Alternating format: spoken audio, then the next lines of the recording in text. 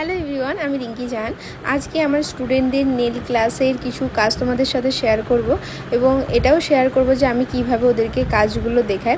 প্রথমত আমি কিছু কাজ দেখানোর পরে সেটা আমি অবশ্যই স্টুডেন্টদেরকে বলি যে তারা যেন সঙ্গে সঙ্গে আমাকে সেই কাজটাই দেখায়। তারপরে যে ভুল ত্রুটিগুলো হয় সেইগুলো আমাকে একটু ধরিয়ে দিতে হয়, যেন ফার্স্টে আমি এই কাজটা শেয়ার করলাম, তারপরে স্টুডেন্ট এই সমস্ত কাজগুলো আমার স্টুডেন্টে ওরা এই সমস্ত কাজগুলো নিজেরা করলো। এটা কিন্তু প্রথমবার ওরা কাজ করেছে। এরপরে আমি বলে দিই যে যেই খানগুলোতে সমস্যা আছে সেগুলো একটু বলে দিই। আর আমি একটু চেষ্টা করি আমার স্টুডেন্টদের জন্য একটু নতুন কিছু ইউনিক বা সফটের উপরে নেল আর্টগুলো দেখানোর, কারণ যত দিন যাচ্ছে নিত্য নতুন নেল আর্ট আসছে, তো ক্লায়েন্টের এখন ডিমান্ডও থাকে যে নতুন কিছু যেন তারাও পায়। তো সেই জন্য আমার স্টুডেন্টদেরকে একটু নতুন নতুন কিছু জিনিসগুলো আমি শেয়ার করে থাকি। আর প্রত্যেকটা ক্লাসে আমি চেষ্টা করি যে 4 থেকে 5টা আর্ট যেন দেখানো হয়, সঙ্গে ওদেরকে থিওরিটা আমি অবশ্যই লিখিয়ে দিই।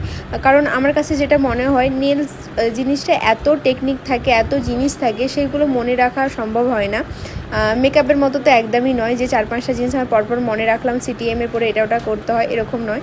তো সেই জন্য এটা একটু আমার কাছে চাপের মনে হয়, বা একটু ডিফারেন্ট মনে হয়, একটু টাফ মনে হয়। সেই জন্য আমি ওদেরকে কোনো জিনিস আমি ফার্স্ট দেখানোর পরে অবশ্যই থিওরি ওদেরকে করতে বলি, মানে থিওরি লিখিয়ে দিই।